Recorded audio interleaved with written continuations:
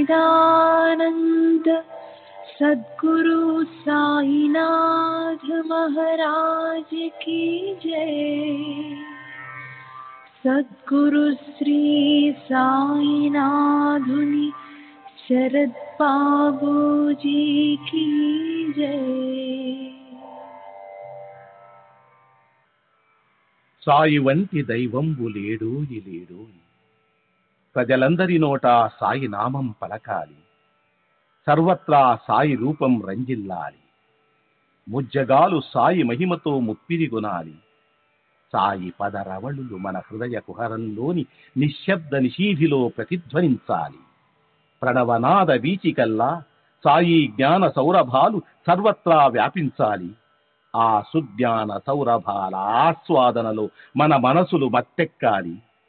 సాయి ప్రేమామృత ధారలు అంతటా నిరంతరం వర్షించాలి. ఆ ప్రేమామృత ధారలలో తడుస్తూ, ఆ జ్ఞాన సౌరభాల మత్తులో ఆనందంగా నర్తిస్తూ సాయి వంటి దైవంబు లేడోయి లేడోయి అని అందరూ ఏకకంఠంతో గానం చేయాలి. అదే నా ఆశ, ఆశయం, ఆకాంక్ష. అదొక మధుర స్వప్నం. ఆ స్వప్న సాఫల్యం కోసం శ్రీ సాయినాథుని అనన్య ప్రేమతో, ఆర్ద్రతతో ప్రార్థించటమే మనం చేయగలిగింది, చేయవలసింది. Shri Babuji.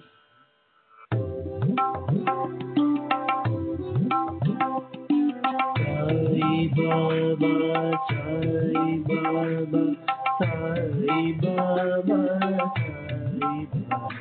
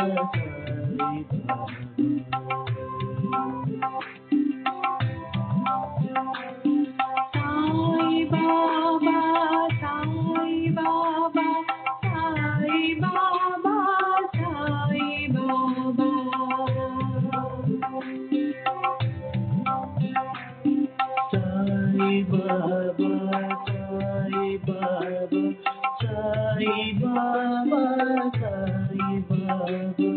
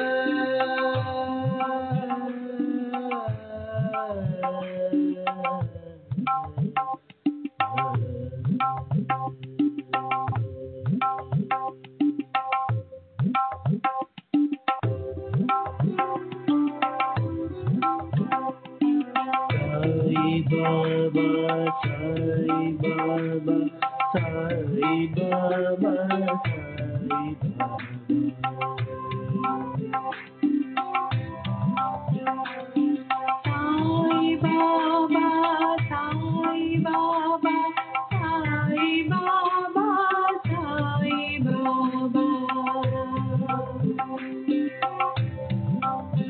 Sai Baba, Sai Baba, Sai Baba, Sai Baba,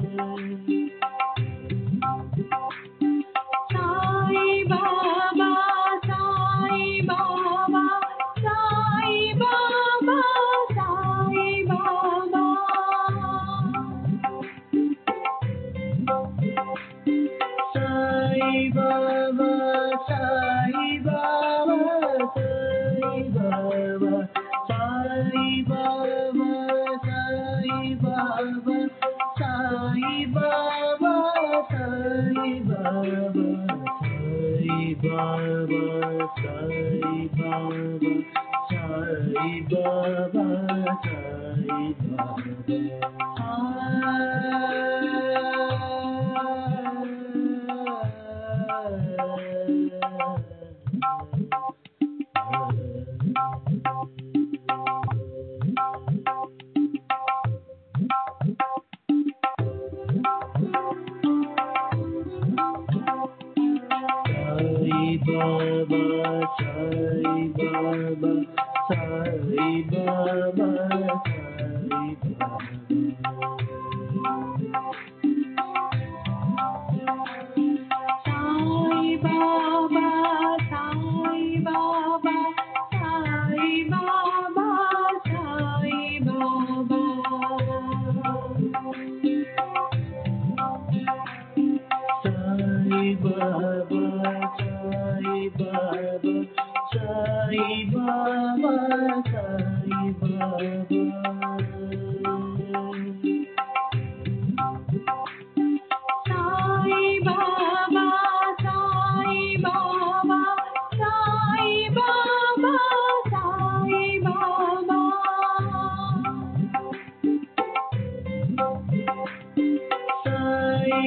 Baba, Sai Baba, Sai Baba, Sai Baba, Sai Baba,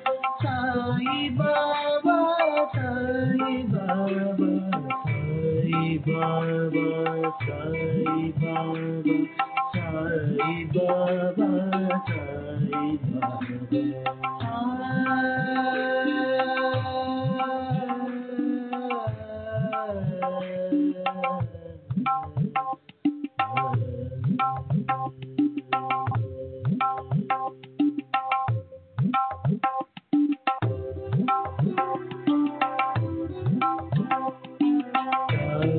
Baba, Sai Baba, Sai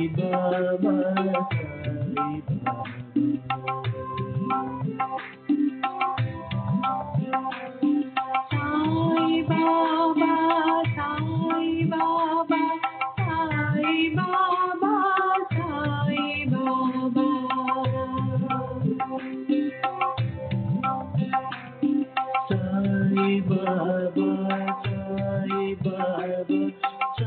Baba, Sai Baba.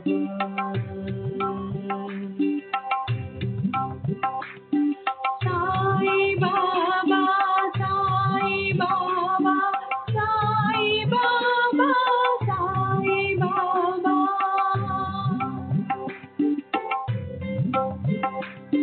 Sai Baba, Sai Baba, Sai Baba, Sai Baba, Sai Baba, Sai Baba, Sai Baba, Sai Baba, Sai Baba, Sai Baba, Sai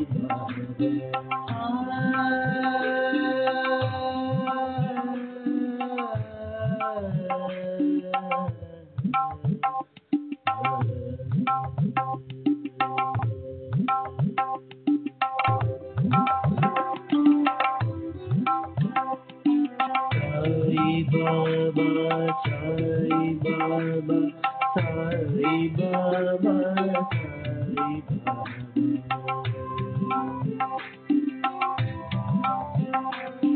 Sai Baba, Sai Baba, Sai Baba, Sai Baba.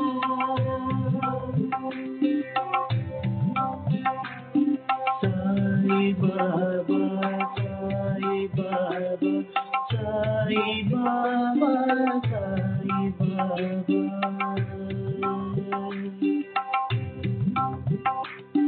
Sai Baba, Sai Baba, Sai Baba, Sai Baba, Sai Baba,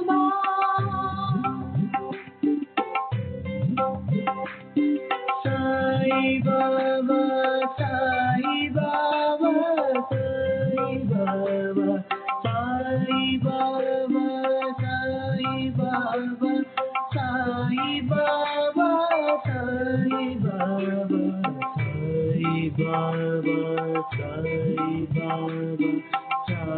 Baba, Sai Baba, Sai Baba, Sai Baba, Sai Baba, Sai Baba, Sai Baba, Sai Baba, Sai Baba.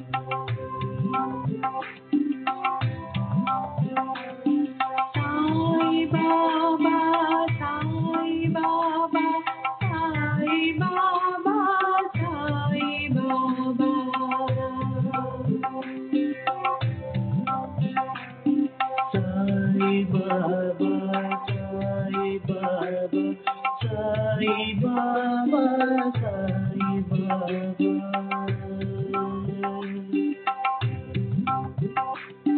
Sai Baba, Sai Baba, Sai Baba, Sai Baba, Sai Baba, Sai Baba,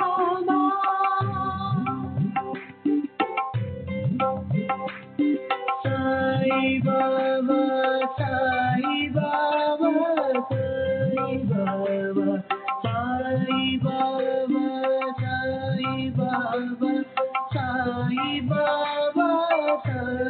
Baba, Sai Baba,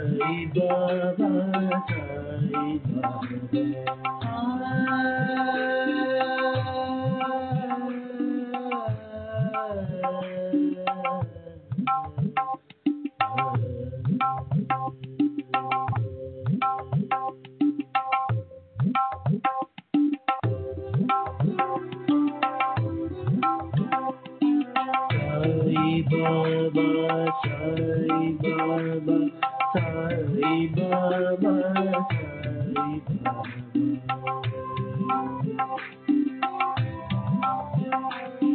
Sai Baba, Sai Baba, Sai Baba, Sai Baba.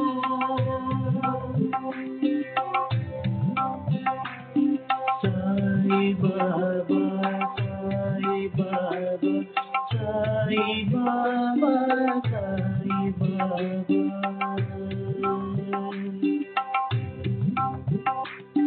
Sai Baba, Sai Baba, Sai Baba, Sai Baba.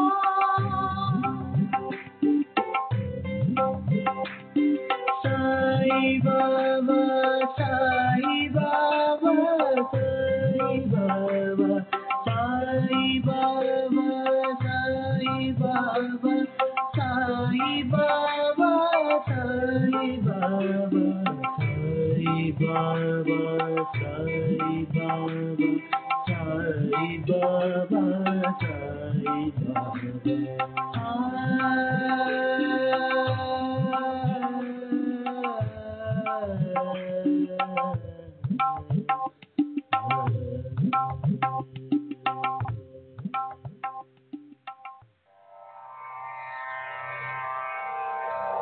Shri सच्चिदानंद सद्गुरु साईनाथ महाराज की जय। सद्गुरु श्री साईनाथुनि शरद बाबू जी की जय।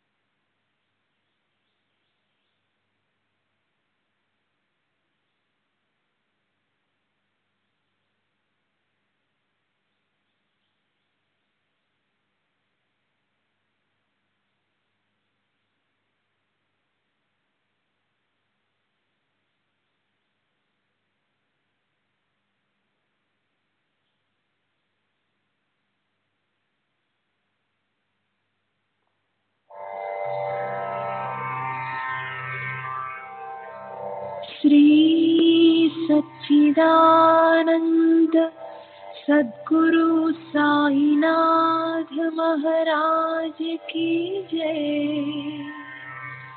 सद्गुरु श्री साईनाथुनि शरद बाबूजी की जय।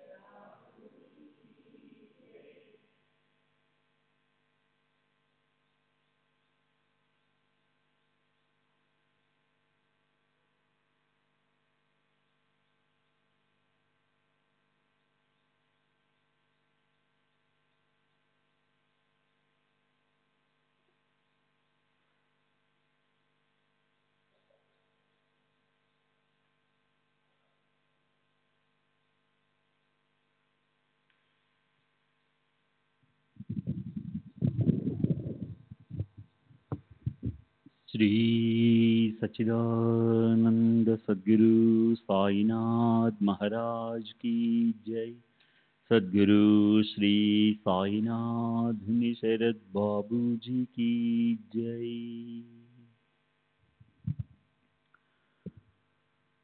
శ్రీ సాయినాథాయ నమః. శ్రీ సాయిబాబా సత్య చరిత్ర 47వ అధ్యాయం. ఎవరి దరహాస చంద్రికల ముఖార విందాన్ని ఒక్క క్షణం పాటు చూసినా అనంత జన్మల దుఃఖోద్వేగం నశిస్తుందో, అతిశయానంద సింధువును ఉత్పన్నం చేయగల ఆ సాయి శ్రీముఖం ధన్యం. సాయి కారుణ్య దృష్టితో మనల్ని అవలోకిస్తే చేసిన కర్మల బంధనాలన్నీ వెంటనే విడిపడతాయి. భక్తులకి ఆత్మానందపు అనుగ్రహం అరక్షణంలో లభిస్తుంది. ఆయన కృపా దృష్టితో కర్మ అకర్మల చిక్కులు విడిపోతాయి. ఆయన కృప అనే సూర్యుడి ప్రచండ ప్రకాశం పడితే సంసారం అనే మిణుగురు నిస్తేజమై గుప్తమైపోతుంది. జగత్తులోని పాపాలను ప్రక్షాళనం చేసిన గంగా నది తాను మలినమైపోతుంది. పోగు చేసుకున్న తన మాలిన్యాన్ని ప్రక్షాళనం చేసుకోవడానికి సాధు చరణ ధూళి కణాన్ని కోరుకుంటుంది. సాధు చరణాలు తన తీరాన్ని ఎప్పుడు స్పృశిస్తాయి, వారు స్నానం చేయడానికి ఎప్పుడు వస్తారు అని వారికై నిరీక్షిస్తూ ఉంటుంది. ఎందుకంటే అది తప్ప తన దగ్గర పోగైన పాప మాలిన్యాన్ని నిరసించగల మరో మార్గమే లేదని దానికి బాగా తెలుసు. సాధు మకుటమణి శ్రీ సాయి సమర్థుల మాటలు ఈ కథలో ఉన్నాయి. ఇది గుర్తుంచుకొని భావిక సజ్జనులు ఎంతో ఆదరంతో ఈ పావన కథలు వినండి. చూడండి, అందరి కళ్ళ వెనుక ఉన్న చూడగల శక్తి, అందరి చెవుల వెనుక ఉన్న వినికిడి శక్తి స్వతహాగా శ్రీ సాయియే. ఆయనే నా హృదయంలో ప్రవేశించి ఈ విషయం నాకు చెప్పారు. సాయి స్వయంగా సకల సత్పురుషుల మకుటమణి. ఈ కథలోని విశేషాన్ని వింటే శ్రోతలు దేహ స్పృహను విస్మరిస్తారు. వారి హృదయం సౌరభాలు వెదజల్లే అరవిరిసిన అరవిందాల్లా ప్రేమకు సంబంధించిన అష్టభావాలతో నిండిపోతుంది. సాయి పెదవుల నుండి జాలువారిన ఈ కథలోని అంతరార్థం మీద శ్రద్ధ పెట్టి ఉద్దేశంపై దృష్టి పెడితే శ్రోతలు కృతకృత్యులవుతారు. కాబట్టి శ్రోతలు నా విన్నపాన్ని వినండి. ఈ కథను నేనే చెప్తున్నా, నేను కూడా మీలాగే దానిలోని తాత్పర్యం తెలుసుకోలేని అజ్ఞానిని. సాయిబాబాకి భక్తులపై ఉన్న అమలిన ప్రేమ గుర్తు తెచ్చుకుని చింతలతో చికాకుపడే మనసు తన స్వభావాన్ని మర్చిపోతుంది. సాంసారిక చింతలతో చితికిపోతూ కష్టాల కొలిమిలో కాలిపోయే జీవులకి శాంతి లభిస్తుంది. ఇంతకన్నా మంచి లాభం ఏమిటి? గత కథానుసంధానాన్ని శ్రోతలు ప్రశాంత చిత్తంతో వినండి. కథని అంతరాయం లేకుండా వింటే మనసుకు తృప్తి కలుగుతుంది. గడిచిన అధ్యాయం చివర శ్రోతలు మేకల కథ విన్నారు.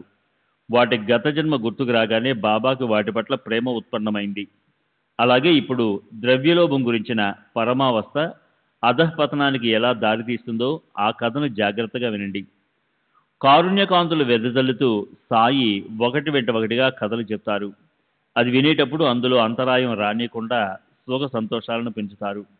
సాయి సమర్థుల స్వంత కథ ఇది. అది చెప్పే నోరు కూడా ఆయనదే. హేమాడు ఊరికే కేవలం నామమాత్రంగా ఉన్నాడంతే. సాయి కథ అనే మహాసాగర తీరంలో కూర్చుని ఉన్నప్పుడు మనకి కథల కోసం కష్టం ఎందుకు? కల్పవృక్షం కింద కూర్చుని ఉన్నప్పుడు కలిగిన కోరిక వెంటనే నెరవేరుతుంది. సూర్యుడి ఇంట్లో దీపం కావాలని ఎవరు అనుకుంటారు? త్రాగడానికి స్వయంగా అమృతమే దొరికిన వారికి విషం తాగాలన్న ఆలోచన వస్తుందా? సాయి వంటి వారు నిరంతరం మన వెనుక ఉండి రక్షిస్తుంటే కథామృతం మనకు తక్కువ అవుతుందా? మనసారా ఆనందంగా దాని మాధుర్యాన్ని రుచి చూడండి. కర్మ సిద్ధాంతం తెలుసుకోవడం చాలా కష్టం. ఎవరికి అది ఎక్కడా అంతుపట్టదు. గొప్ప గొప్ప ఉత్తమ జ్ఞానులు కూడా దాంతో మోసపోతారు. కానీ అజ్ఞానులు, అమాయకులు మాత్రం దాన్ని దాటుకుని వెళ్ళిపోతారు. అలాగే ఈశ్వర నియమాన్ని అధిగమించడం చాలా కష్టం. దాన్ని ఎవరు ఉల్లంఘించగలరు? కనుక మనం నిరంతరం లోకరీతిని అనుసరించి మన కర్తవ్యాన్ని ఆచరించాలి. దానికోసమే కర్మలన్నీ చేయాలి. లేకపోతే శాస్త్ర విరుద్ధమైన ఆచరణ సంభవిస్తుంది. మరణించాక వారి వారి కర్మలను అనుసరించి వారికి జన్మ లభిస్తుంది. యథా కర్మ యథాశ్రుతం అంటే వారి వారి కర్మలను అనుసరించే వారి జ్ఞానం ఉంటుంది. దాన్ని అనుసరించి జీవులు రేత బీజంలో కలిసి స్త్రీ లేదా పక్షి యోనుల్లో ప్రవేశిస్తారు. అంటే మానవులు, పశుపక్షులు, జలచరాలు లాంటి చలన వలనాలున్న యోనుల్లో జన్మిస్తారు. అయితే కొందరికి స్థావరం ప్రాప్తిస్తుంది. అంటే వృక్షాలు, లతలు, పర్వతాలు లాంటి చలన వలనాలు లేని యోనుల్లో జన్మిస్తారు. యదా ప్రజ్ఞం హి సంభవ అంటే వారి వారి బుద్ధి లేదా ఆలోచనలను అనుసరించే వారికి తరువాతి జన్మ లభిస్తుంది. ఈ శృతి అర్థం తెలియని వారెవరు? కనుక జీవులకు ఇష్టమైనట్టు అవి మళ్ళీ జన్మించవలసి ఉంటుంది. మళ్ళీ శరీరం ధరించాలన్న ఉత్సాహం ఉన్న అజ్ఞానులు, మూర్ఖులు గుర్తుపెట్టుకోవాల్సింది ఏమిటంటే తాము చేసిన పుణ్యాన్ని బట్టే తమకు శరీరం ప్రాప్తిస్తుంది. కనుక శరీరం మరణించడానికి ముందే ఆత్మజ్ఞాన ప్రాప్తి కోసం లభించిన మానవ జన్మ అనే అమూల్యమైన అవకాశాన్ని వ్యర్థం చేసుకోని వారే నిజమైన తెలివిగలవారు. వారే సంసార బంధనాల నుంచి ముక్తులవుతారు. ఇతరులందరూ సంసారం అనే రంగుల రాట్నంలో పడిపోతారు. శరీర ధారణ చేయటం వారికి ఎప్పటికీ తప్పిపోదు. మానవులు మరణించాక జీవాత్మకి ఏమవుతుంది, అది ఎక్కడికి పోతుంది, ఎక్కడ ఉంటుంది, వీటికి సమాధానం కేవలం హిందూ ధర్మశాస్త్రంలో మాత్రమే నిస్సందేహంగా యుక్తివాదంతో ప్రతిపాదించబడి కనిపిస్తుంది. గీతలో శ్రీకృష్ణ భగవానులు శరీరం యదవాప్నోతి యచ్చాప్యుత్క్రామశ్రీశ్వర గృహీత్వైతాని సంయాతి వాయుర్గంధాన్ని వాసయాత్ అంటే ప్రభువుకు జీవుడు శరీరమును విడుచుచున్నప్పుడును నూతన శరీరమును పొందుచున్నప్పుడును పుష్పాది స్థానముల నుండి గాలి వాసనను గ్రహించిపోవునట్లు పంచేంద్రియములు మనస్సు అన్న ఆరింటిని గ్రహించి వెడలుచున్నాడు. కఠోపనిషత్తులో యమధర్మరాజు అంటే సాక్షాత్తు మృత్యుదేవత నచికేతుడికి ఈ క్రింది మంత్రంలో ఇదే మరింతగా స్పష్టం చేసి చెప్పాడు. అతని మాటలను హేమాటవంతు పైన 47వ అధ్యాయంలో 24వ ఓవిలోను, 8వ అధ్యాయంలో 44, 45, 46 ఓవిల్లోనూ చెప్పారు. యోని మన్నే ప్రపద్యంతే శరీరత్వాయ దేహినః స్థాను మన్నేను సంయంతి యథా కర్మ యథాశ్రుతం. బృహదారణ్యకోపనిషత్తులో జీవాత్మ ఒక శరీరం నుంచి మరో శరీరంలోకి వెళ్ళటాన్ని వర్ణిస్తున్నప్పుడు ఎంతో అందమైన ఉపమను ప్రయోగించారు. అలాగే గడ్డి మీద నడిచే గొంగళి పురుగు ఒక గడ్డిపోచ మీద నుంచి మరో గడ్డిపోచ మీదకు పోయేటప్పుడు రెండవ పోచను ఆధారం చేసుకుని అప్పుడే మొదటి పోచపైన ఆధారాన్ని వదిలేస్తుంది. అదేవిధంగా జీవాత్మ తన మొదటి దేహాన్ని వదిలేటప్పుడు మరో దేహంలోకి ప్రవేశించడానికి ఏర్పాటు చేసుకుంటుంది. రెండవ పోలిక కంసాలివానిది. అతను కూడా మునుపటి బంగారు నగను కరిగించి మరో అందమైన కొత్త నగను తయారు చేస్తాడు.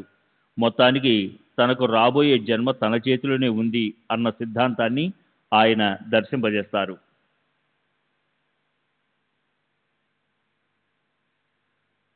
శ్రీ సచ్చిదానంద సద్గురు సాయినాథ్ మహారాజ్ की जय.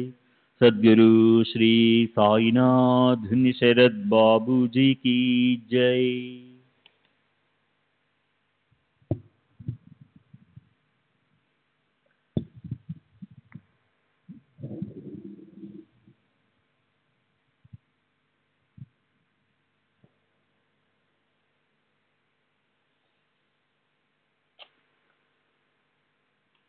దీన్ని గురించే మన శాస్త్రాల్లో చెప్పబడిన మరో సిద్ధాంతం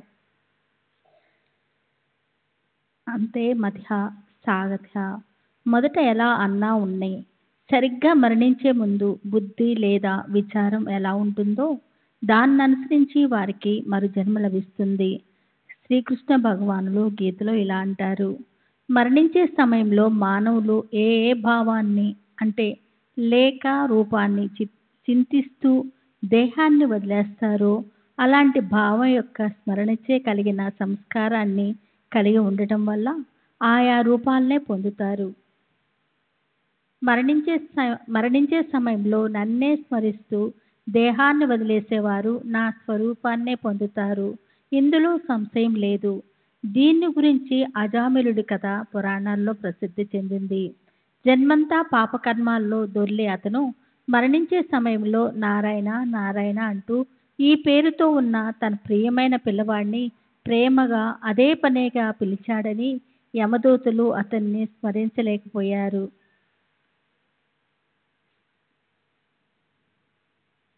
విష్ణుదూతులు అతన్ని వైకుంఠానికి తీసుకెళ్లారు. దీనికి విరుద్ధంగా ఉంటుంది జడభరతుడి కథ. భరత మహారాజు ఎంతో తపాస్సుకుడై ఉండి కూడా ఒక హరిణం పిల్ల మీద అనివార్యమైన మమకారం వల్ల అతను హరిణం ఎనులో జన్మించవలసి వచ్చింది. పరీక్షణ్ మహారాజు తన మరణానికి ముందర సుఖమహామునితో 7 రోజుల పాటు భాగవత పురాణాన్ని విన్నాడు. సాయిబాబా కూడా దేహత్యాగానికి ముందు వజయ్ అని పేరు గల బ్రాహ్మణునితో 14 రోజులు రామ విజయాన్ని చదివింప చేసుకున్నారు. మరణం తర్వాత ఉత్తమ గతి లభించడానికి మరి ఒక సులభమైన మార్గం శ్రీ సాయి సచరిత్రలోని 31వ అధ్యాయంలో వరుసగా 9, 10, 147, 148 ఓవిల్లో వర్ణించబడింది.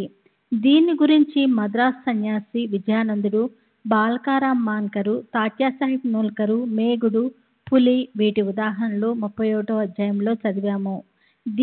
దీనికి విరుద్ధంగా పైన చెప్పిన వాటిల్లో ఏదైనా ఒక మార్గాన్ని అవలంబించని పాపులకు అధోగతి అని శ్రీకృష్ణ భగవానులు గీత 16వ అధ్యాయంలో చెప్పారు. అజ్ఞానంతో మోహం మోహంలో పడిపోయిన వారు, అనేక రకాలైన చాంచల్యాలతో కూడిన వారు, మోహమనే వలతో ధారాపుత్ర క్షేత్రాలందు అభిమానం బాగా కప్పబడిన వారు, కామమోహాల్లో ఆసక్తులైన వారు ఘోరమైన నరకంలో పడిపోతారు. అలాంటి ఆ ద్వేషపూరితులు, క్రూరులు, పాపులు అయిన నరధాములను నేను జనన మరణాల రూపాలైన ఈ సంసార మార్గంలో అసురి అంటే భయంకర నీటి జనుల్లో ఎల్లప్పుడూ జన్మింపచేస్తాను. ఈ రకంగా ఓ కౌంతేయ, ఈ మూర్ఖులు అసురి అంటే నీచ యోనిలో ఉత్తనమై ప్రతి ఒక్క జన్మలోనూ నన్ను పొందకయే చివరికి తాము పొందిన జన్మ కంటే నీచతరమైన జన్మని పొందుతారు. ఇప్పుడు ఈ కథలో విశేషం ఏమిటంటే, అది విని లోపల దృష్టవృత్తి ఉన్న వాళ్ళకి నేను దేహాన్ని అన్న భావనకి చెందిన గుర్తు నశించిపోయి వారిలో అష్టస్వాదిక భావాలు జాగృతమవుతాయి. తమకు అపార సంపద ఉన్నా స్వాభావికంగా లోభత్వంతో ఉండే వారి జీవితము వ్యర్థము. మరణించే వరకు వారు వ్యర్థంగా శ్రమపడుతూ ఉంటారు. అందులోనూ దేహంలోనూ శత్రుభావం సంచరించడం ఏమాత్రం మంచిది కాదు. దాన్ని మానవులు నిరోధించాలి. ఎందుకంటే అది మన జీవితాన్ని నాశనం చేస్తుంది. పరస్పర వైర్యానికి ఫలితం ఈ జన్మలో మంచి యోనిలో జన్మించినప్పటికీ రాబోయే జన్మలో నీచ యోనిలో వస్తుంది. రుణం, వైర్యం, హత్య వీటి స్వాభావిక గుణం ఎలా ఉంటుందంటే అవి తీరే వరకు పునర్జన్మ పరంపర నడుస్తూనే ఉంటుంది. దీనికి సంబంధించి సాయినాథుని నోటి నుండి వచ్చిన పరమ పావనమైన అమృతజరి వాణిని శ్రోతలకు వినిపిస్తాను. మీరు అది వినటానికి సావధానులు కావాలి. ఆ కథను నేను ఎలా విన్నానో, నా స్మృతి పదంలో ఎలా ఉందో, సాయి జనని నాకు ఎలా చెప్పిందో అలాగే అదే మాటల్లో నేను మీకు చెప్తాను. సాయి స్వతహాగా చరిత్రను సృష్టిస్తారు, చరిత్రను వ్రాయిస్తారు. హేమాడ్ కేవలం నిమిత్త మాత్రుడు. దీనికి సూత్రధారి ఆ సాయి. ఒకసారి ఉదయం 8 గంటల వేళ ప్రతిరోజులాగే ఉపాహారం తీసుకుని నేను బయటికి ప్యాహళ్ళకి బయలుదేరాను. దారిలో వెళ్తూ అలసిపోయి ఒక నది తీరాన్ని చేరి కళ్ళు కడుక్కొని స్నానం చేశాను. అందువల్ల మనసుకి ఎంతో తృప్తి కలిగింది. నది మాత్రం ఎంతది? అది రహదాలోని నది అంత ఉంటుంది. 2 తీరాలను ఒరుసుకొని ప్రవహిస్తుంది నీరు. వాటిని ఆనుకొని ఒకలాంటి పొడవైన గడ్డి మొక్కలు వేపుగా పెరిగాయి. అందులో నుంచి ఒక కాలిబాట ఉంది. బళ్ళు మొదలైనవి పోవటానికి స్పష్టమైన మరొక దారి కూడా ఉంది. అలాగే నదీ తీరంలో పేరు తెలియని పెద్ద చెట్లేవో ఉన్నాయి. వాటి నుంచి చల్లని నీడ నేలపై మెత్తగా పరుచుకుంది. మందంగా వీచే పిల్ల తెమ్మెరలతో మనోప్రాంగణం వసంత సోయగాలతో చాలా హాయిగా ఉంది. ఆ పెద్ద చెట్లను చూసి నేను వాటి నీడలో హాయిగా పోయి కూర్చున్నాను. అప్పుడు చిలిం దింపటానికి చిలింని చుట్టే బట్ట ముక్కను తడపడం కోసం నేను నది దగ్గరికి వెళ్ళి వస్తుంటే బెకబెకమన్న శబ్దం వినిపించింది. నాకు అది కప్పారుపు అనిపించింది. కానీ అందులో ఆశ్చర్యపడవలసిందేముంది? నీరున్న చోట కప్పలుండటం సహజమే. బట్టను తడిపి నేను తిరిగి వచ్చాను. చేతుల్లో చిగుముక్కి అగ్ని ముట్టించడానికి అవసరపడే ఒకలాంటి గులకరాయి ఇనప ముక్కల జత తీసుకొని గులకరాయితో అగ్ని వెలిగించి చిలిం తయారు చేశాను. అప్పుడే ఒక బాటసారి వచ్చి నమస్కరించి నా దగ్గర కూర్చున్నాడు. నా దగ్గర నుంచి నమ్రతతో చిలిం చేతిలో తీసుకొని ఇంత దూరం వచ్చారు అని అతను మళ్ళీ ఇలా అన్నాడు. శ్రీ సచ్చిదానంద సద్గురు సాయినాథ్ మహారాజ్ కి జై. సద్గురు శ్రీ సాయినాథుని శరత్ బాబూజీకి జై.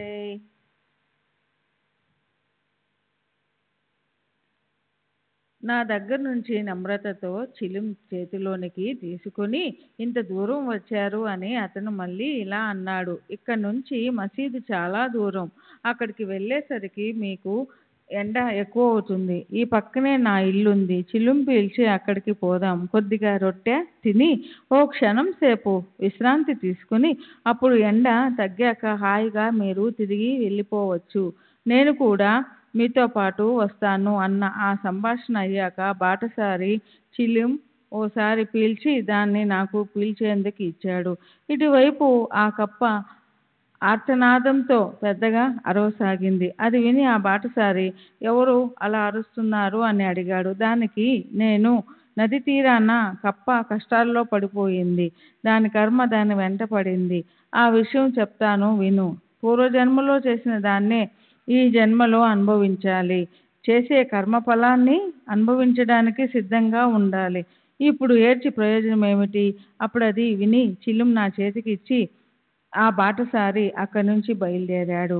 అతను ఇలా అన్నాడు, నేను కొంచెం చూసొస్తాను. నిజంగా అది కప్పేనా లేక వేరే ఏదైనా ప్రాణా? దానికేం దుఃఖం కలిగిందో చూసొస్తాను. అతని కోరిక చూసి నేను ఇలా అన్నాను, పో చూసిరా. ఒక పెద్ద పాము నోటి పడి ఆ కప్ప అరుస్తుంది. రెండూ కూడా చాలా దగాకోరులు. ఇద్దరూ కూడా పూర్వజన్మలో భయంకరమైన రాక్షస పాపకర్మలు చేశారు. వాటి ఫలాన్ని అనుభవించడానికి వారికి ఈ శరీరాలు లభించాయి. అలా మాటలు నడుస్తూ ఉండగా ఆ బాటసారి అక్కడికెళ్ళి ప్రత్యక్షంగా అక్కడ జరిగేది చూసి తిరిగి వచ్చాడు. అతను మీరు చెప్పే మాట ఎంతో నిజం. కాలుడిలాగా పాము నోరు ఎంతో పెద్దది. ఆ కప్ప కూడా ఎంతో భయంకరమైనది. కానీ అది ఆ పాముకి పలహారం అయ్యింది. అది పాము నోటికి ఆహుతి అయ్యింది. అది పావుగంట అరగంటలో చచ్చిపోతుంది. కర్మల గతి ఎంత విచిత్రమో! ఆ పాము ఆ కప్పని ఇప్పుడు ఒక క్షణంలో మింగేస్తుంది అన్నాడు. అప్పుడు నేను అతనితో దాన్నెందుకు మింగుతుంది? దాని తండ్రిని. నేనిక్కడున్నాను కదా. నేనిక్కడ ఎందుకు వచ్చినట్టు అనుకుంటున్నావు? నా స్థానాన్ని వదిలి నేను ఇక్కడికొచ్చి కూర్చున్నది ఆ కప్పని పాము చేత మింగించడానికేనా? చూడు, నేను దాన్నెలా విడిపిస్తాను. వాటిని తగువ నుంచి విడిపించాక మనం ఇంటికి వెళ్ళిపోదాం. పద. ఓసారి చిలుం నింపు. ఆ తర్వాత పామేం చేసిందో చూద్దాం అన్నాను. అది విని బాటసారి వెంటనే చిలుం తయారు చేశాడు. నేను కూడా దాన్ని తీసి చేతపట్టుకుని 2 సార్లు పీల్చాను. ఆ తర్వాత బాటసారిని వెంటబెట్టుకొని ఆ గడ్డిలో నడుస్తూ అవి ఉన్న చోటుకి వెళ్ళాను. ఆ పామును చూసి మళ్ళీ ఆ బాటసారి కంగారు పడ్డాడు. ఎంత పెద్దదో, భయంకరమైన సర్పం అంటూ భయంతో ముందుకి పోవద్దు. ఆ పాము తన దగ్గరే వస్తుంది. పారిపోదామంటే ఇక్కడ చాలా ఇరుగ్గా ఉంది. వద్దు వద్దు, అక్కడికి పోకండి అన్నాడు. ఆ భయంకర దృశ్యాన్ని చూసి ఆ బాటసారికి భయమేసింది. అప్పుడు ఆ ఇద్దరి వైరవృత్తికి సంబంధించి నేను చేసిన ఉపదేశం వినండి. ఒరే బాబు వీరభద్ర, మీ వైర ప్రవృత్తి వల్ల బసవప్పకి కప్పజన్మ వచ్చినప్పటికీ ఇప్పటికీ పశ్చాత్తాపం కలగలేదు. నీవు కూడా పాము యోనిలో జన్మించి కూడా ఇప్పటికీ ఇంత వైరం పెట్టుకున్నావే. ఇకనైనా సిగ్గుపడి వైరం పోగొట్టుకొని హాయిగా ఉండండి. నా నోటి నుంచి ఈ మాటలు బయటకొచ్చాయో లేదో కప్పను వదిలిపెట్టి పాము గబుక్కున పారిపోయింది. వెంటనే లోతుగా ఉన్న నీళ్ళల్లో ప్రవేశించి అదృశ్యమయ్యింది. మృత్యుముఖం నుంచి విడివడిన కప్పలాగా మృత్యుముఖం నుంచి విడివడిన కప్ప కూడా గెంతు పెట్టి చెట్ల పొదల్లోకి దూరి దాక్కునింది. బాటసారికి ఎంతో ఆశ్చర్యమేసింది. అతను ఇలా అన్నాడు, ఇదంతా నాకేమీ అర్థం కావటం లేదు. మీ నోటి నుంచి మాటలు బయటికి రాగానే పాము కప్పని ఎలా వదిలేసింది? పాము కూడా ఎలా అదృశ్యమయ్యింది? వీళ్ళల్లో వీరభద్రప్ప ఎవరు? బసవప్ప ఎవరు? వారి వైరానికి అసలు కారణమేమిటి? కృపతో నాకు ఆ కథనంతా చెప్పండి. దానికి నేను ఇలా అన్నాను, సరే మొదట మనం చెట్టు కిందకి వెళ్దాం. చిలుం పిలిచి అప్పుడు నీ సందేహాన్ని తీర్చి నా స్థలానికి నేను తిరిగి వెళ్ళిపోతాను. అలా అని అతనితో కలిసి చెట్టు కిందకి వచ్చాము. దట్టంగా పరుచుకొని ఉంది నీడ. చల్లని పిల్లగాలి ఆహ్లాదంగా వీస్తుంది. బాటసారి మళ్ళీ చిలుం వెలిగించి మొదట తాను పీల్చి తర్వాత నా చేతికి అందించాడు. దాన్ని ఇలా పీలుస్తూ ఆ బాటసారికి నేను ఆ అందమైన కథను చెప్పాను. చూడు, నేనుండే చోటు నుంచి 2-3 క్రోశాల అంటే 6 లేదా 9 కిలోమీటర్ల దూరంలో ప్రసిద్ధి చెందిన ఒక పురాతన స్థానం ఉంది. అక్కడ ఎంతో కాలం నుంచి శిథిలమైన శివాలయం ఉంది. దాన్ని జీర్ణోద్ధరణ చేయిస్తే బాగుంటుందని అందరి మనసులకి అనిపించింది. ఆ పని కోసం చాలా పెద్ద మొత్తంలో చందాలు వసూలు చేశారు. ఎంతో డబ్బు పోగైంది. పూజ అర్చనలకు ఏర్పాట్లు కూడా చేసి ఆ డబ్బుని ఎలా వినియోగించాలన్న దానికి ప్రణాళిక తయారు చేశారు. అక్కడున్న ఓ గొప్ప ధనికుణ్ణి దానికి నిర్వాహకుడిగా నియమించారు. అతని చేతికి ఆ డబ్బంతా ఇచ్చేశారు. నిర్ణయం తీసుకునే అధికారం కూడా పూర్తిగా అతనికే ఇచ్చేశారు. అతనే వేరువేరుగా జమా ఖర్చులు లెక్క రాసి పెట్టాలి.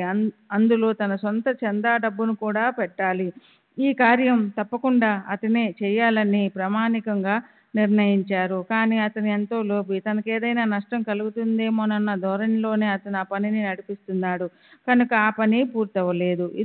డబ్బంతా ఖర్చయిపోయింది. అయినా పని మాత్రం సగమే అయ్యింది. ధనికుడు తన సొంత డబ్బునిచ్చి పైసా కూడా ఖర్చు పెట్టలేదు. తన వద్ద ఉన్న ఒక్క పైసాని కూడా వదులుకోలేదు. పెద్ద ధనవంతుడైనప్పటికీ అతను మూర్తీభవించిన లోభత్వమే. పైకి తీయగా మాట్లాడుతూ ఉన్న పని మాత్రం ముందుకు జరగలేదు. తరువాత డబ్బు పోగు చేసిన వాళ్ళంతా అతని ఇంటికొచ్చి ఇలా అన్నారు: నీవెంత వడ్డీ వ్యాపారమైతే మాత్రం ఏం, నువ్వు చెయ్యి విదల్చకపోతే ఈ శివుడి జీర్ణోద్ధరణ ఎలా పూర్తవుతుంది? దీనికేమైనా ఆలోచించవా?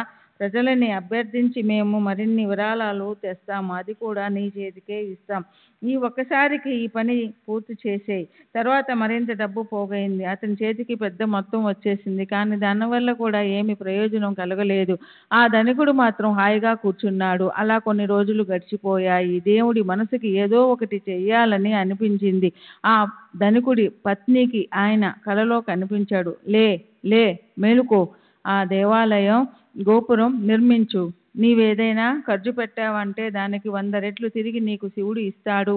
మర్నాడు ఆమె ఆ కలను వివరంగా తన భర్త చెవిన వేసింది. కానీ ఒక్క పైసా ఖర్చు పెట్టాలన్నా ప్రాణం పోయినట్లు అనిపించే అతనికి ఆ కళ మహా బాధాకరంగా అనిపించింది.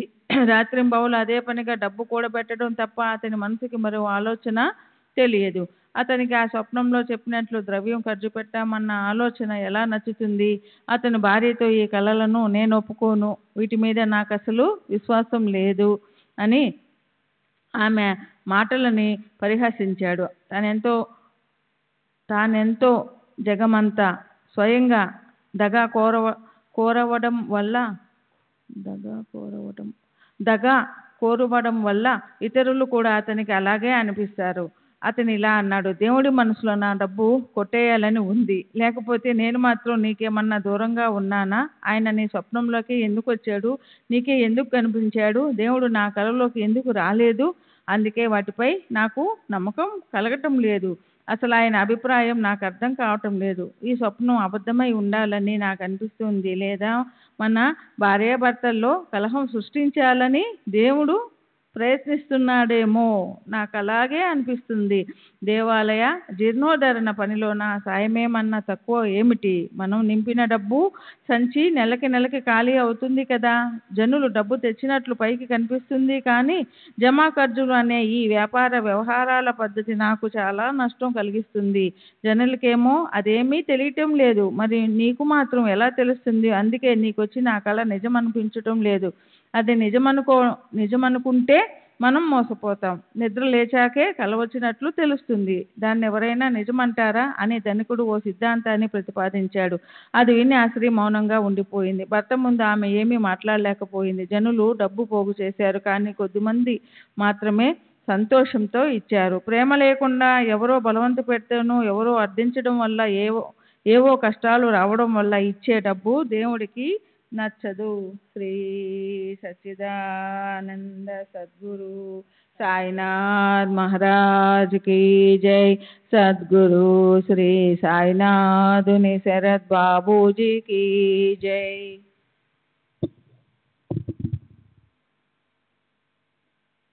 ప్రీతితో స్వల్పంగానే ఇచ్చినా అది దేవుడికి ఎంతో అమూల్యంగా అనిపిస్తుంది. పత్రం పుష్పం ఫలం తోయం యమే భక్త ప్రయత్వతి తదయాం భక్తృపహృత మాష్మమి ప్రయాత్మత్వ. ఎవరు నాకు భక్తితో ఆకును గాని పువ్వును గాని ఫలమును గాని నీటిని గాని అర్పిస్తారో అలాంటి చిత్తశుద్ధి ఉన్నవారిచ్చిన భక్తిపూర్వక కానుకలను నేనెంతో ఆనందంతో స్వీకరిస్తాను. డబ్బు పోగవుతున్న కొద్దీ పని ఆపుతుంది. డబ్బు ఆగితే పని కూడా ఆగిపోతుంది. అలా ఈ పని మందంగా నడుస్తుంది. ధనికుడు లోబి తన జేబు నుంచి ఒక్క పైసా కూడా తీయలేదు. అప్పుడతని భార్యకి మళ్ళీ కల వచ్చింది. అది విను. దేవాలయం కోసం దేవాలయం కోసము డబ్బివ్వమని భర్తను అర్థించొద్దు. నీ సంకల్పాన్ని దైవమే నెరవేరుస్తాడు. నీకివ్వాలనిపించినంతే నువ్వు ఇవ్వు. మనం మనస్ఫూర్తిగా ఇచ్చిన డబ్బు అది ఒక్క పైసా అయినా దాని విలువ లక్షల్లో ఉంటుంది. నీ భర్త ఆలోచన తెలుసుకొని ఆ ప్రకారంగా ఇవ్వు. ఊరికే అనవసరంగా ఎందుకు బాధపడతావు? మనసు కనిపించినంతే ఇవ్వాలి. అది ఎంత తక్కువైనా దేవుడికి తన స్వంత డబ్బే సమర్పించాలి. అక్కడ కేవలం శ్రద్ధాయుక్త భక్తి ఉండాలి. అది నీకుంది. ఇది తెలుసుకొని ఎంతో కొంత ఇవ్వమని దేవుడు నిన్ను అభ్యర్థిస్తున్నాడు. నీవు కొద్ది డబ్బే ఇచ్చి నిశ్చింతగా ఉండు. శ్రద్ధ లేకుండా ఇవ్వడం మంచిది కాదు. దేవుడికి అదసలు నచ్చదు. శ్రద్ధ లేకుండా ఇచ్చేది మట్టితో సమానం. చివరికది సమూలంగా నిష్ఫలమవుతుంది. ఈ అనుభవం మానవులకి వెంటనే కలుగుతుంది. సరే, ఆ కల వచ్చాక ఆమె తన మనస్సులో నిశ్చయం చేసుకుందిలా: పుట్టింటి నుంచి పెళ్లి సమయంలో వచ్చిన నగలమ్మేసి దేవుడడిగిన దాన్నే ఇచ్చేయాలి. అప్పుడు ఆమె తన నిర్ణయాన్ని భర్తకి చెప్పింది. భర్త అది విని మనస్సులో ఎంతో బాధపడ్డాడు. లోభం ఉండే చోట తెలివి అనే ఆలోచన ఎక్కడుంటుంది? దైవం కోసం చేసే ధార్మిక కార్యాలను ఆచరిస్తూ వ్యవహరించడం అనేది ఎక్కడుంటుంది? అతను మనసులో అనుకున్నాడు. ఎంతటి మూర్ఖపు ఆలోచన ఈమెది! నిజంగా ఈమె మనసు గందరగోళంగా ఉంది.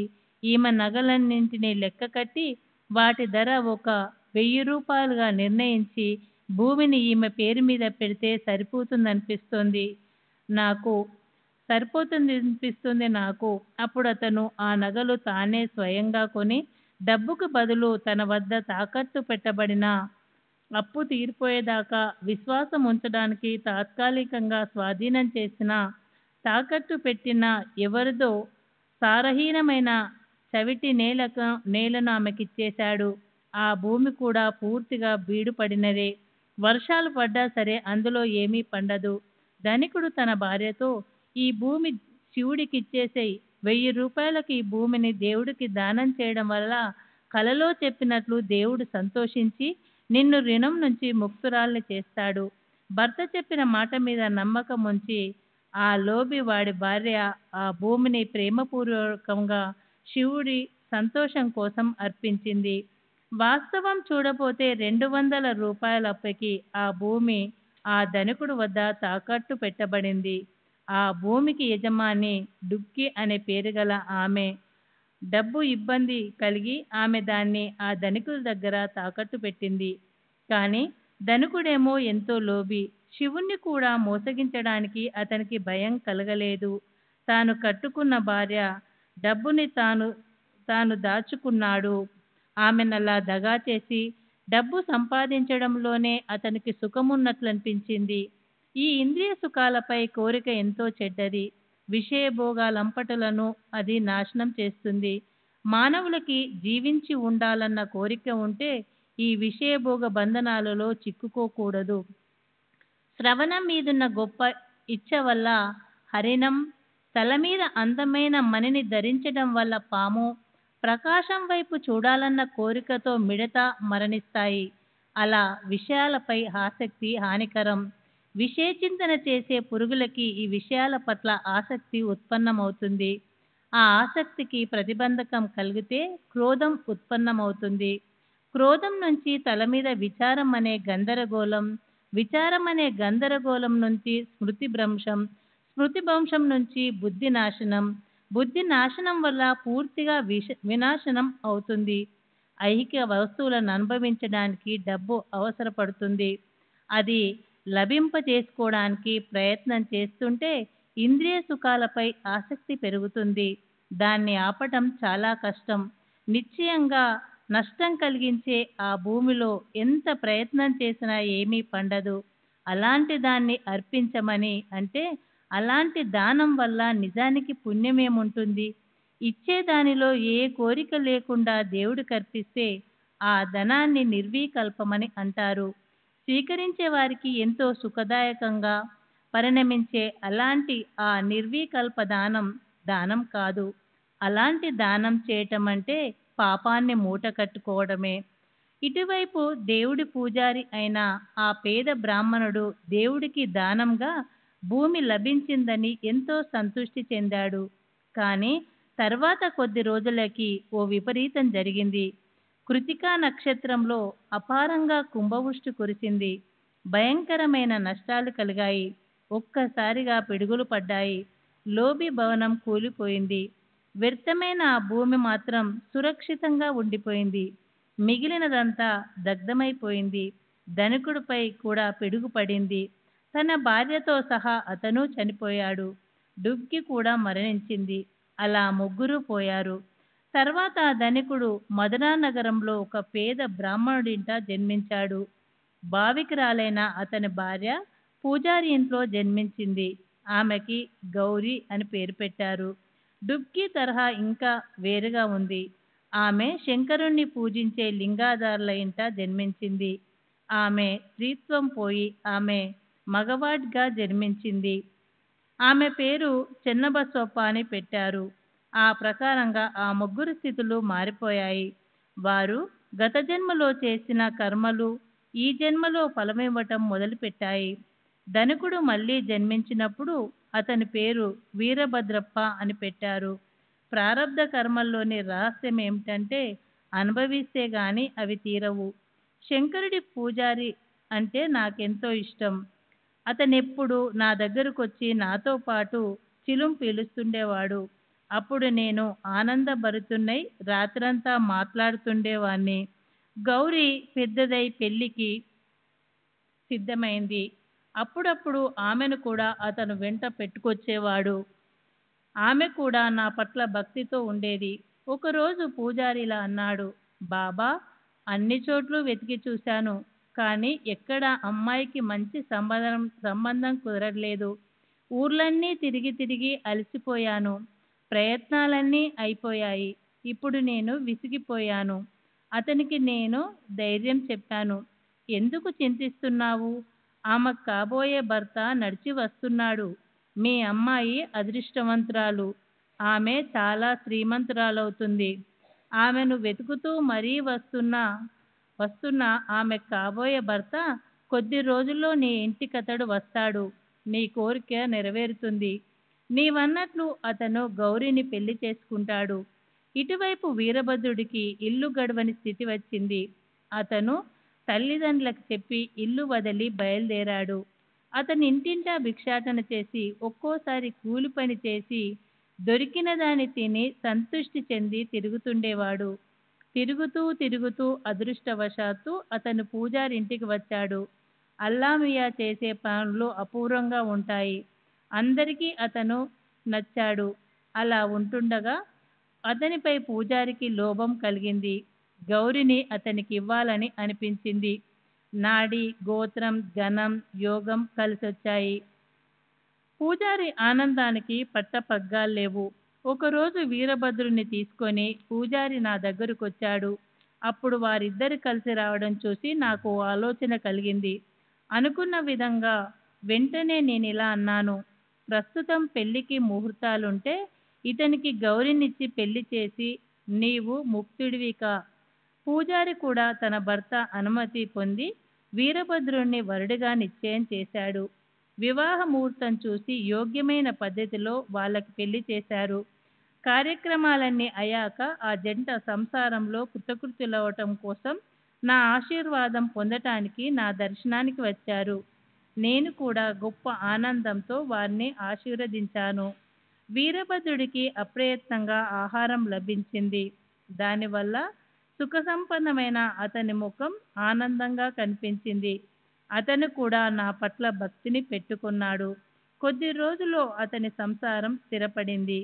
కానీ డబ్బు సరిపోకపోవటం వల్ల విసుగు కలగకపోవటం అనే అదృష్టం ఎవరికైనా కలుగుతుందా? ఆ డబ్బుతో ఎన్నో బాధలుంటాయి. గొప్ప గొప్ప వాళ్ళని కూడా అది బాధిస్తుంది.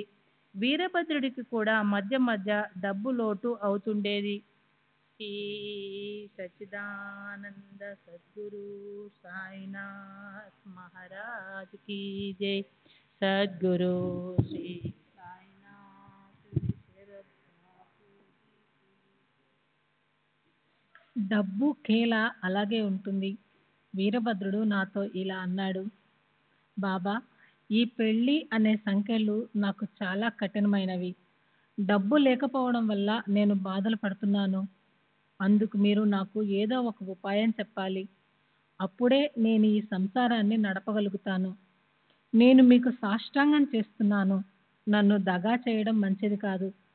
మీరే కదా మా పెళ్లికి కారణభూతులు అన్నాడు. నేను కూడా అతనికి ఎంతగానో చెప్పాను. ప్రేమతో ఆశీర్వదించాను.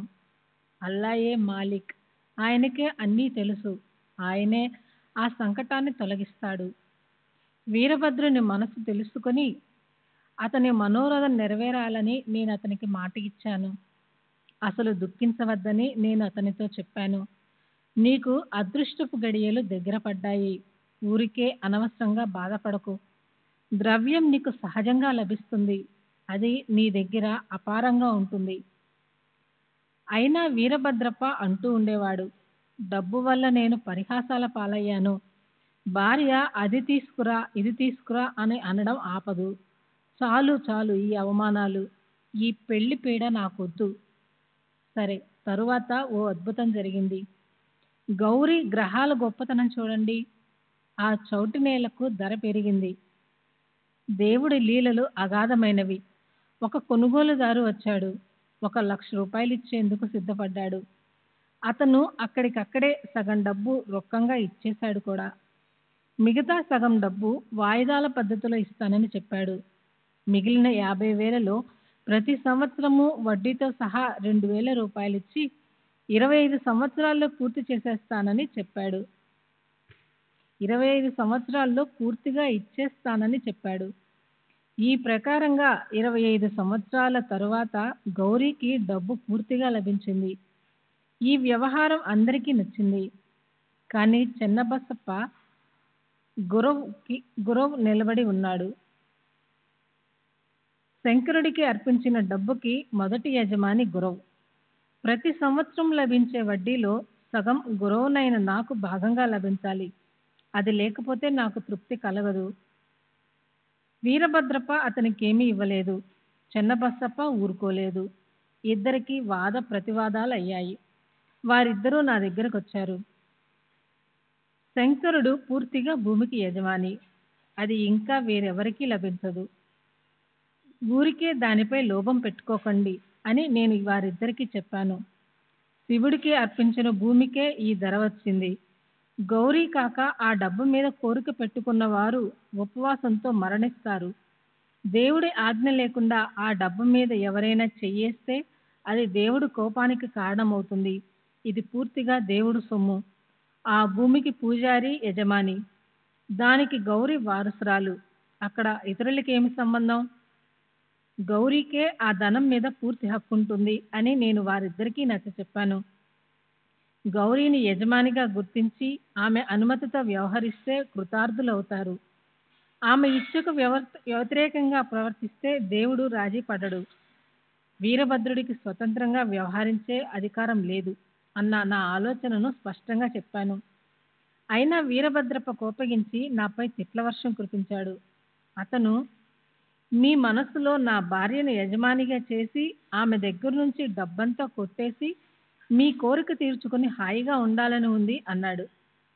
అతని మాటలు విని నేను అక్కడికక్కడ స్తబ్దంగా అయిపోయాను. మనసులో ఇలా అనుకున్నాను, అల్లామియా చేతలు అగాధం. ఊరికే మనం ఎందుకు బాధపడాలి? వీరభద్రప్ప నాతో అలా అని ఇంటికి పోయి భార్య మీద కోపంతో మండిపడ్డాడు. ఆమె మధ్యాహ్న దర్శనానికి వచ్చి నాకు విన్నపం చేసింది. బాబా, ఎవరి మాటలో మనసులో పెట్టుకొని నాపై కృప చూపటం మాత్రం మానకండి. నేను కొంగు చాచి అడుగుతున్నాను, మీ ఈ బిడ్డ మీద అనుగ్రహం చూపండి అన్న ఆమె మాటలు విని నేను ఆమెకు ధైర్యం చెప్పాను. నీకు సప్త సముద్రాలు బహుకరిస్తాను, నీవు దిక్కించకు. అదే రాత్రి నిద్రిస్తున్నప్పుడు గౌరీకి కలొచ్చింది. శివుడు కల్లోకి వచ్చి ఆమెకేం చెప్పాడో విను. చూడు, ఈ డబ్బంతా నీదే, నీవు ఎవరికీ ఇవ్వద్దు. అది సదా నీ దగ్గరే ఉండట్లు ఏర్పాట్లు చేస్తాను. నేను చెప్పినట్లు నువ్వు చెయ్యి. దేవాలయం కోసం డబ్బును చెన్నబసప్ప చెప్పిన విధంగా ఖర్చు చెయ్యి. అతని పట్ల నాకు విశ్వాసం ఉంది. ఇతర పనులకు డబ్బు దుర్వినియోగం కాకూడదు. మసీదులోని బాబాని అడగకుండా ఏ వ్యవహారము చేయవద్దు. గౌరీ ఆ కలను నాకు సవిస్తరంగా చెప్పింది. నేను కూడా ఆ కలను అంగీకరించి యోగ్యమైన సలహానిచ్చాను. అసలును నీ దగ్గరే ఉంచుకో. చిన్నబసప్పకు వడ్డీలోని సగభాగం ఇస్తూ ఉండు. వీరభద్రప్పకి దీనితో ఏ సంబంధమూ లేదు. మేము ఇలా మాట్లాడుకుంటుండగా వాళ్ళిద్దరూ కొట్లాడుకుంటూ వచ్చారు. వాళ్ళిద్దరినీ శాంతింప చేయడానికి నేనెన్నో ప్రయత్నాలు చేశాను. గౌరీకి శంకరుడు కలలో కనిపించడం గురించి వారిద్దరికీ నేను పూర్తిగా చెప్పాను. కానీ అది విని వీరభద్రప్ప ఉన్మత్తుడైనాడు. ప్రతిపక్షాన్ని అతను ఇష్టమొచ్చినట్లు శాపనార్థాలు పెట్టాడు, అనరాని మాటలు అన్నాడు. అది విని రెండవ వాడు అంటే చెన్నబసప్ప భయంతో కంగారు పడ్డాడు. వీరభద్రుడికి పిచ్చి పట్టనట్లయింది. శాపనార్థాలతో అరుస్తూ నాకు దొరికితే నిన్ను చంపేస్తాను అనసాగాడు. చెన్నబసప్ప వైపు చూస్తూ వీరభద్రప్ప పిచ్చిగా ఇలా అన్నాడు, నేను నిన్ను ముక్కలు ముక్కలుగా చేసి మొత్తం తిని మింగి పారేస్తాను. చెన్నబసప్ప ఎంతగానో భయపడ్డాడు. నా పాదాలు గట్టిగా పట్టుకొని నన్ను ఈ కష్టం నుంచి గట్టెక్కించండి అన్నాడు. నేను కూడా అతనికి అభయం ఇచ్చాను. దీనంగా ఉన్న చెన్నబసప్పకి ధైర్యం చెప్పి వీరభద్రప్ప చేతిలో నేను నిన్ను చావనివ్వను అన్నాను నేను. శ్రీ సచ్చిదానంద సద్గురు సాయినాథ్ మహారాజ్ की जय. सद्गुरु साईनाथ मिशरत बाबू जी की जय. నేనే తరువాత వాతం ప్రకోపించి వీరభద్రప్ప మరణించాడు. పాము యోనిలో జన్మించాడు. అతని శరీరం అలా రూపాంతరం చెందింది. చెన్నబసప్ప దిగులుతో కూలబడిపోయాడు. ఆ దిగులుతోనే అతడు మరణించాడు. అతను కన్నప్ప యోనిలో జన్మించాడు. అలా అయింది అతని జీవితం. గత జన్మలోని శత్రుత్వంతో వీరభద్రపుడు సర్పయోనిలో జన్మించి కప్పగా ఉన్న బసప్ప వెంటబడి చివరికి అతన్ని పట్టుకున్నాడు. సర్పరూపంలో ఉన్న భద్రప్ప నోటిలో పడుతున్న కప్ప రూపంలో ఉన్న దీనుడైన బసప్ప దయనీయమైన అరుపులను విని నా మనసు చెలించిపోయింది. ఇది వరకు ఇచ్చిన మాట గుర్తొచ్చి చెన్నబసప్పను పాము నోటి నుండి విడిపించి నేను నా మాటను నిలబెట్టుకున్నాను. అల్లా తన భక్తుని కోసం వారి కష్ట సమయంలో పరిగెత్తి వస్తాడు. ఆయనే నన్ను ఇక్కడికి పంపించి భక్త రక్షణ చేశాడు. దానికి ప్రత్యక్ష అనుభవమే కలిగింది. వీరభద్రపుని తరిమేసి చెన్నబసప్పను కష్టాల నుండి తప్పించాను. నిజంగా ఇదంతా దైవలీల. సరే, ఇప్పుడు చిలువ నింపు. ఇది పీల్చి నేను నా నివాసానికి వెళ్ళిపోతాను. నీవు కూడా మీ ఊరికి వెళ్ళిపో. నా నామంపై శ్రద్ధ పెట్టు. అలా అని నేను చిలుం పీల్చాను. సత్సంగ సౌఖ్యం లభించింది. తిరిగి మరలి వచ్చాను. మనసులో ఎంతో తృప్తి పడ్డాను. ఓం 188 196. సర్వులకి శుభమస్తు. ఈ ప్రకారంగా సత్పురుషులు సజ్జనులు ప్రేరణ కలిగించిన భక్త హేమాడ్ పంత్ రచించిన శ్రీ సాయి సమర్థుల సచ్చరిత్రలోని శ్రీ సాయి ముఖశ్రుత కథాకథనం అనే పేరు గల 47వ అధ్యాయం ముగిసింది. శ్రీ సద్గురు సాయినాథార్పణమస్తు. శుభం భవతు. 47వ అధ్యాయానికి పరిపూర్ణ వివరణ. గత అధ్యాయంలో చివర 2 మేకల పూర్వజన్మ కథ చెప్పారు కదా బాబా. అలాగే ఎంతో విస్తృతంగా మనోరథంగాను పాము కప్పల 3 జన్మల కథను ఈ అధ్యాయంలో చెప్పారు. ఈ అధ్యాయంలోని విశేష మహత్యం కథల రూపంలో బాబా ఎంతో చక్కని ఉపదేశం చేశారు. తత్వాన్ని ఎంతో స్పష్టంగా దర్శింపజేశారు. మొదట ద్రవ్యలోభం యొక్క పరమావస్థ పతనానికి ఎలా దారితీస్తుందో చెప్పారు. ధనికుడి వద్ద ఎంతో డబ్బు ఉంది, లోకంలో గౌరవ మర్యాదలు కూడా బాగా లభించాయి. భార్య కూడా సత్యలవతి, పతినిష్ట, ఈశ్వర భక్తి పట్ల పరాయణతతో ఉంది. అయితే పిసినారితనం వల్ల, డబ్బు పట్ల లోభత్వం వల్ల దుబకి అనే పేరు గల అనాథ స్త్రీ తాకట్టు పెట్టిన భూమిని లాక్కోవాలని భార్య నగలకి అవాస్తవ ధర నిశ్చయించి ఆమెని మోసం చేశాడు. ఇలాంటి అవినీతితో నిండిపోయిన దానం మహాదేవుడికి అర్పించి దేవుణ్ణి కూడా మోసగించడానికి అతను సిద్ధపడ్డాడు. దాని ఫలితంగా దేహం మీద పిడుగుబడి తాను చనిపోయాడు, భార్యని కూడా చంపేశాడు. ఆ ప్రకారంగా పైసా కూడబెట్టి పోగు చేసిన డబ్బు పోయింది. ఆ సుఖాన్ని అనుభవించకుండా భార్యతో సహా అల్పాయుష్లోనే ఈ జగత్తుని వదిలిపెట్టాడు. అందుకే బాబా ఇంకా ఇలా ఉపదేశించారు: దేహ ప్రారబ్ధాన్ని అనుసరించి ప్రాప్తించిన స్థితిని ఆనందంగా స్వీకరించి ఉండాలి, ఎలాంటి కలవరము పడకూడదు. శ్రీ సచిదానంద సద్గురు సాయినాథ్ మహారాజ్ కీ జై. సద్గురు శ్రీ సాయినాథుని శరత్ బాబూజీ కీ జై.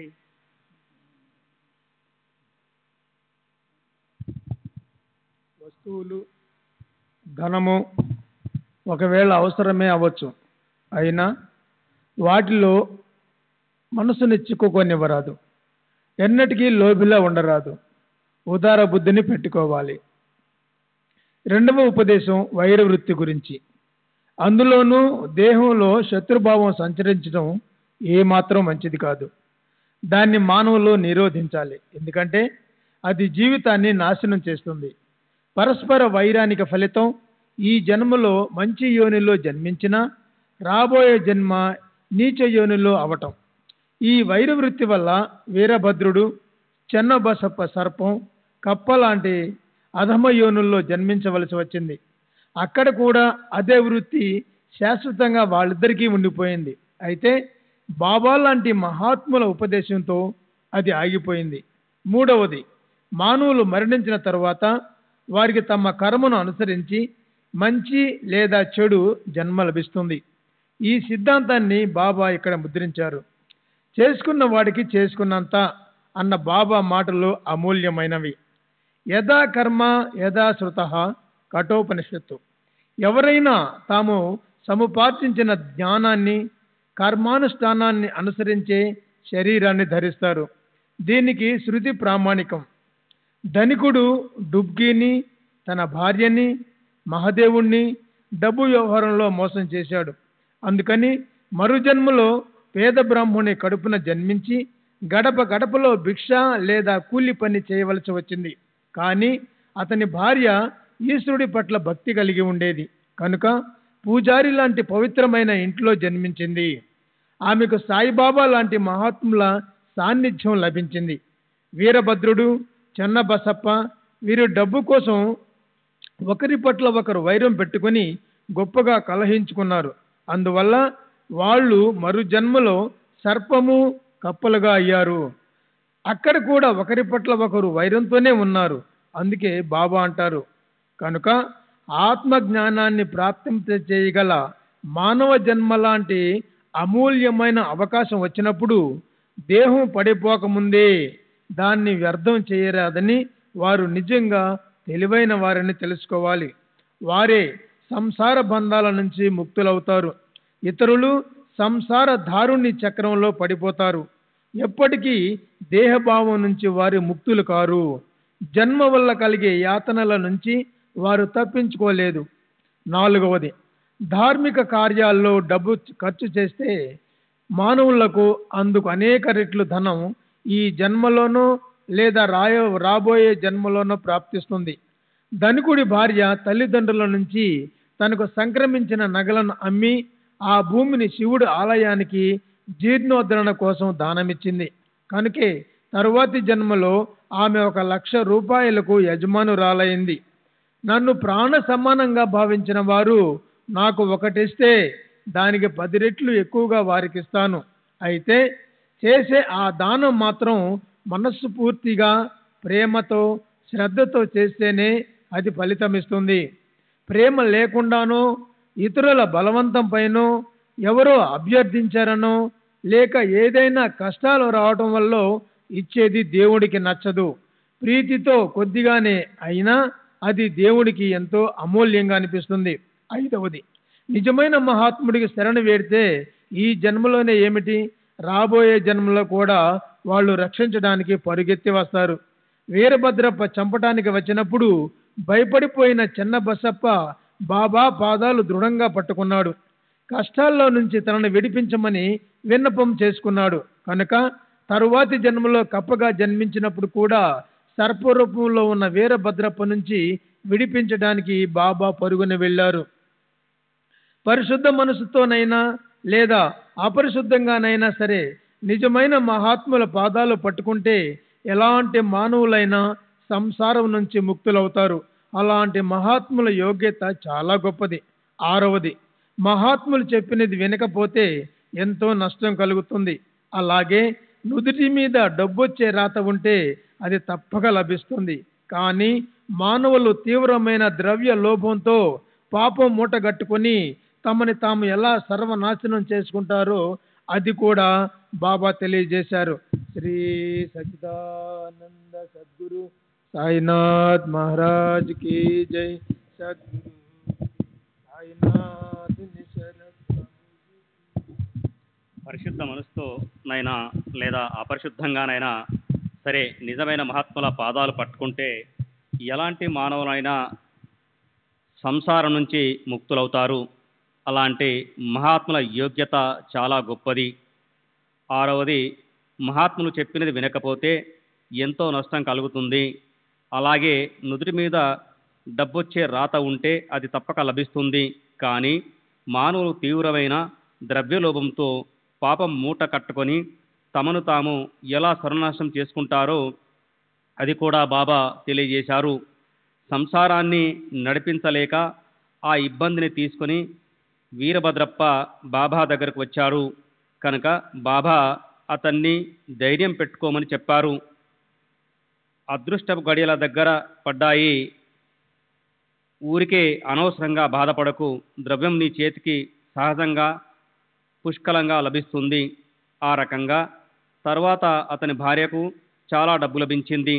అయినా ద్రవ్యలోభంతో స్వల్ప వడ్డీ కోసము అతను చెనబసప్ప పట్ల వైరం పెట్టుకొని తనకి తాను విఘాతం కలిగించుకున్నాడు. 7వది, మానవులు మరణించాక శరీరాన్ని ఇక్కడ వదిలిపోతారు. కానీ మన సూక్ష్మదేహంతో పాటు తమ స్వభావాన్ని వెంట తీసుకొని పోతారు. ధనికుడు ద్రవ్యలోభి తరువాతి జన్మలో బ్రాహ్మణుని కడుపున జన్మ లభించి గౌరీ లాంటి మంచి భార్య లభించి కూడా అందులో మళ్ళీ ఆ ద్రవ్యలోభమే ఉప్పెనలా ఎగిసిపడింది. అందువల్ల అతను స్వల్ప వడ్డీ కోసం చెరబసప్పతో కలహించి మరణించాడు. ఈ వైర వృత్తితోనే తర్వాత సర్పయోనిలో శాశ్వతంగా ఉండిపోయి అతను కప్ప రూపంలో ఉన్న చెనబసప్పని మింగడానికి పరిగెత్తిపోయి మరింత పాపాన్ని మూట కట్టుకోవడానికి సిద్ధపడ్డాడు. కాబట్టి మానవులు సత్వవృత్తి అలవర్చుకోవడానికి తమ స్వభావంలో ఉన్న పాపపు లేదా అసూరి ప్రవృత్తిని తీసేయడానికి ఈ జన్మలో ప్రయత్నించాలి. ఎందుకంటే అదే మరు జన్మలో మనతో పాటు వస్తుంది.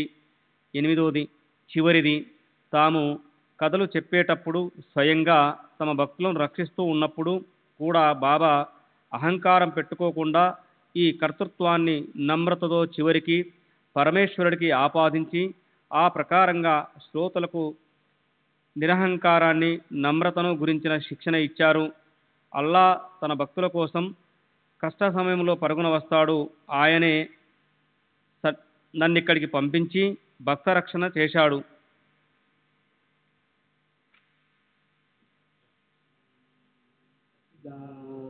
సద్గురు సాయినాథ్ మహారాజ్ की जय. सद्गुरु श्री साईनाथ शरद बाबू जी की जय.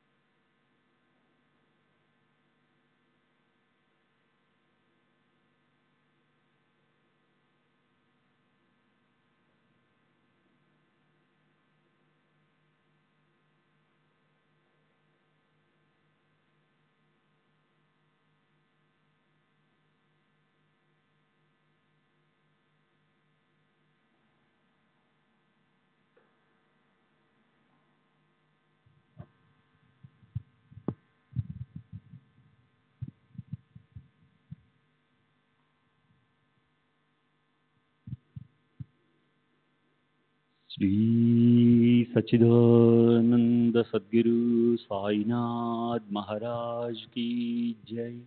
सद्गुरु श्री साईनाथ धुनि शरद बाबू जी की जय। साई रहम नजर करना, बच्चों का पालन करना। साई रहम नजर करना, बच्चों का पालन करना। जाना तुमने जगत पसारा, सब ही झूठ जमाना। जाना तुमने जगत पसारा, सब ही झूठ जमाना। साई रहम नजर करना, बच्चों का पालन करना। साई रहम नजर करना, बच्चों का पालन करना।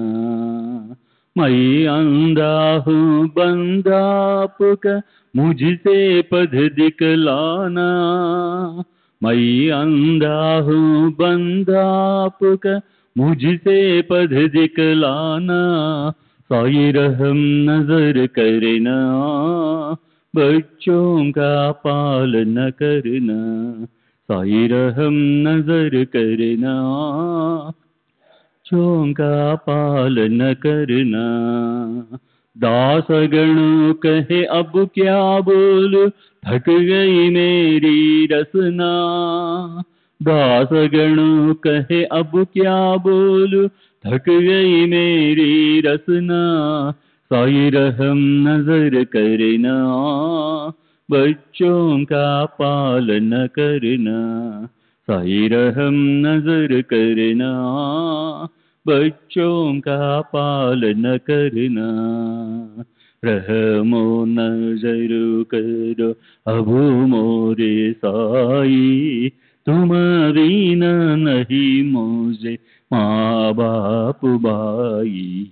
रहमो नजर करो मैं अंधा हूँ बंदा तुम्हारा। मैं अंधा हूँ बंदा तुम्हारा। मैं ना जानू, मैं ना जानू, मैं ना जानू अल्लाह इलाही।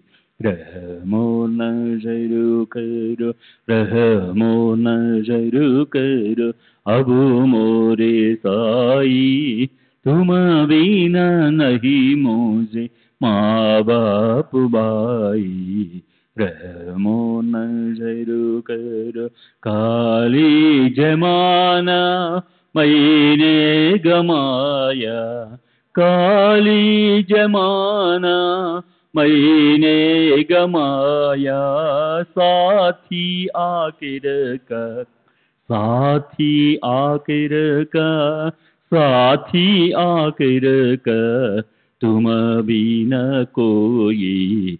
रहमो नजर करो, रहमो नजर करो अब मोरे साई। तुम बिना नहीं मुझे माँ बाप भाई। रहमो नजर करो अपने मस्जिद का झाड़ू गड़ो है। अपने मस्जिद का झाड़ू गड़ो है।